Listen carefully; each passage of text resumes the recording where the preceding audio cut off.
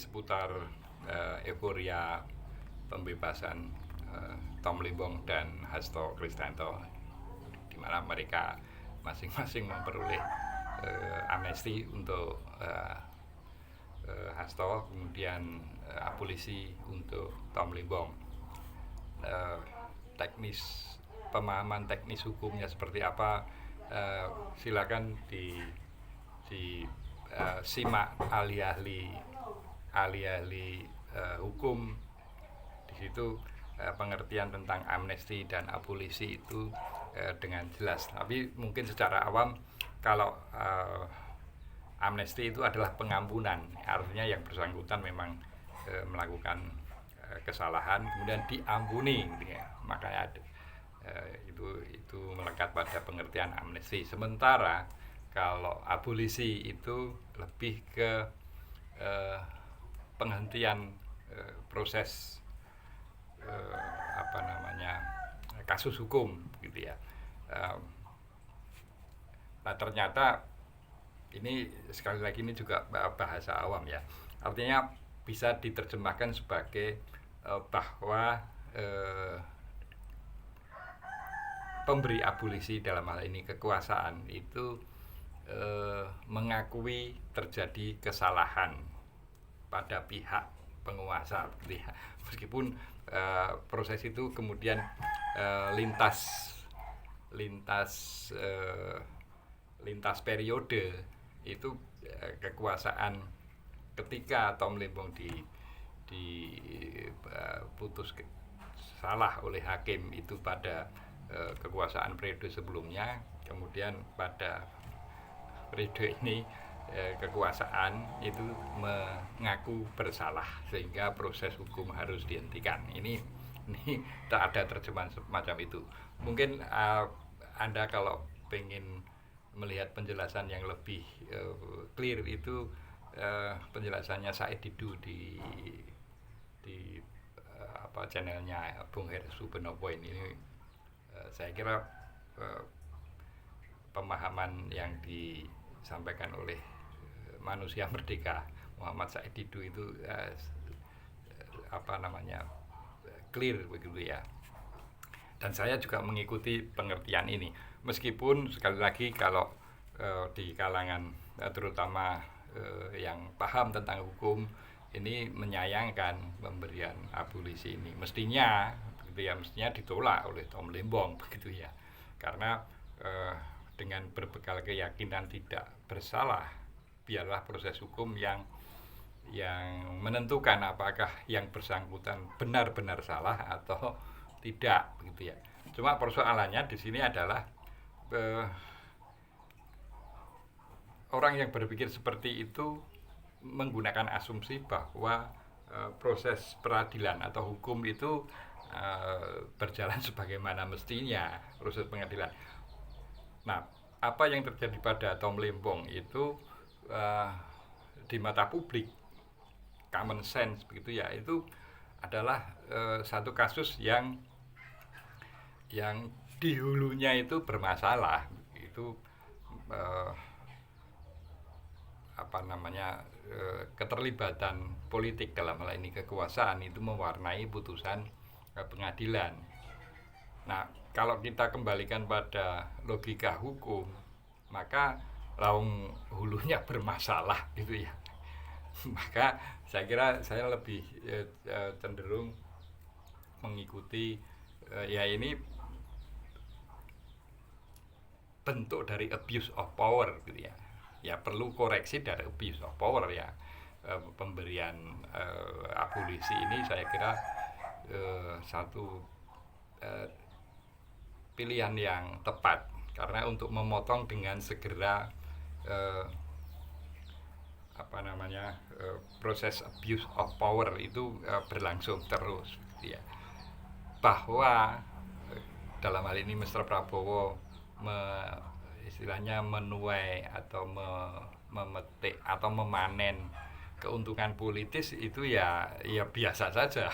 Itu as long as apa yang dilakukan itu memang masih, kalau saya lihat masih inline dengan apa yang dipikirkan, apa yang ditulis, dan apa yang ucapan dalam beberapa kesempatan, dan ini sebagai wujud dari apa yang dia harus lakukan gitu ya.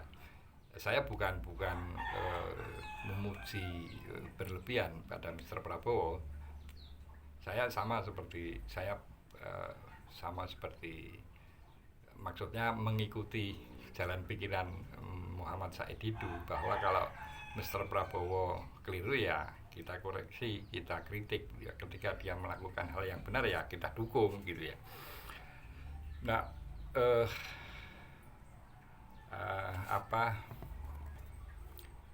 kalau ada penjelasan yang sifatnya diplomatis dari kalangan Gerindra, itu ya wajar, komunikasi politik ya memang semacam itu. Ada sesuatu yang harus diperhalus dan dimodifikasi, itu hal yang biasa dalam dunia politik. Tapi saya kira kalau Mr. Prabowo melakukan itu, ini masih inline dengan apa yang dia ucapkan, bahwa dia ingin mati di atas kebenaran. Ini saya kira tidak akan bertolak belakang dengan janji itu, kalau itu kita anggap sebagai janji ya, untuk mati di atas kebenaran. Ya tinggal membela rakyat dan orang miskin, ini yang perlu kita soroti bersama, bahwa dia sudah melakukan satu ucapan ingin mati di atas kebenaran. Saya kira ini masih inline apa yang dia lakukan untuk memberikan abolisi terhadap Tom Lembong. Di luar itu, kalkulasi internasional tentu menjadi bagian yang tidak terpisahkan dari apa yang menjadi kebijakan Mr. Prabowo ya. Bagaimanapun abuse of power di bidang hukum, artinya politik yang mengintervensi hukum, ini tidak lepas dari sorotan internasional. Nah, ketika Mr. Prabowo ingin mengembalikan profil Indonesia sebagai negara yang besar, negara yang menghargai hak asasi manusia, menghargai hukum, kemudian menumbuh suburkan demokrasi, yaitu masih inline apa yang dilakukan oleh Mr. Prabowo ya. In this case saya respect pada Mr. Prabowo. Jadi kalau dulu saya sempat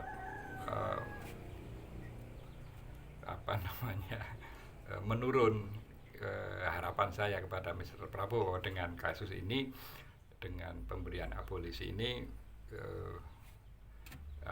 level harapan saya secara jujur saya mengatakan itu meningkat kepada Mr. Prabowo. Tinggal ucapan yang sebelah bahwa dia ingin membela rakyat dan orang miskin, ini wujudnya seperti apa ya perlu kita pantau bersama. Saya masih berharap bahwa Mr. Prabowo itu akan konsisten dengan apa yang diucapkan. Technically di lapangan boleh jadi ada improvisasi atau bahkan seolah-olah bertentangan dengan apa yang diucapkan. Itu bagi saya pribadi itu it's okay, masih bisa ditoleransi as long as at the end of his policy itu tetap mengacu pada masyarakat atau rakyat. Mungkin kalau ini saya ibaratkan Mr. Prabowo ini misalnya seorang pemain catur, dia mirip-mirip cara Michael Paul begitu ya, yang lebih ke taktikal bukan posisional. Artinya Mr. Prabowo dalam mensiasati politik dan sebagainya itu remain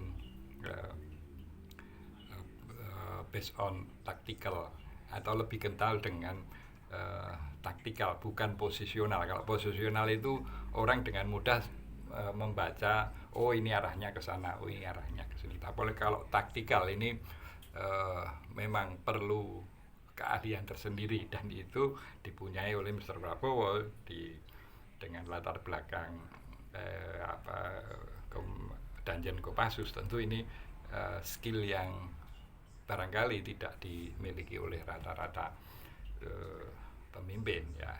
Ya ini harapan saya, bahwa itu harapan ya boleh-boleh saja, tapi ketika itu nanti meleset ya kita pantau Mr.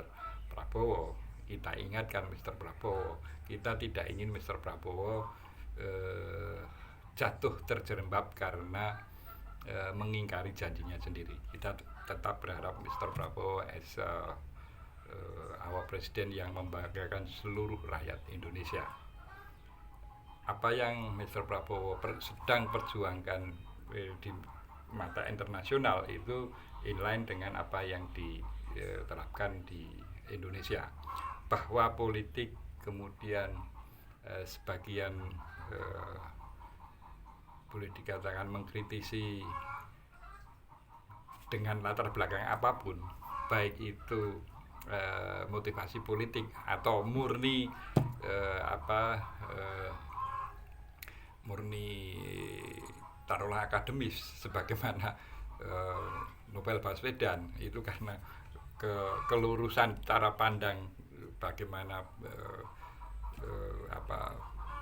bertindak secara hukum, ya it's okay, no problem. Tapi ya kompleksitas politik tentu membutuhkan kepiawaian untuk menempatkan posisi beberapa bidak, kemudian perwira minor, perwira major itu, sehingga at the end of the game Michael Toll atau dalam hal ini Mr. Prabowo itu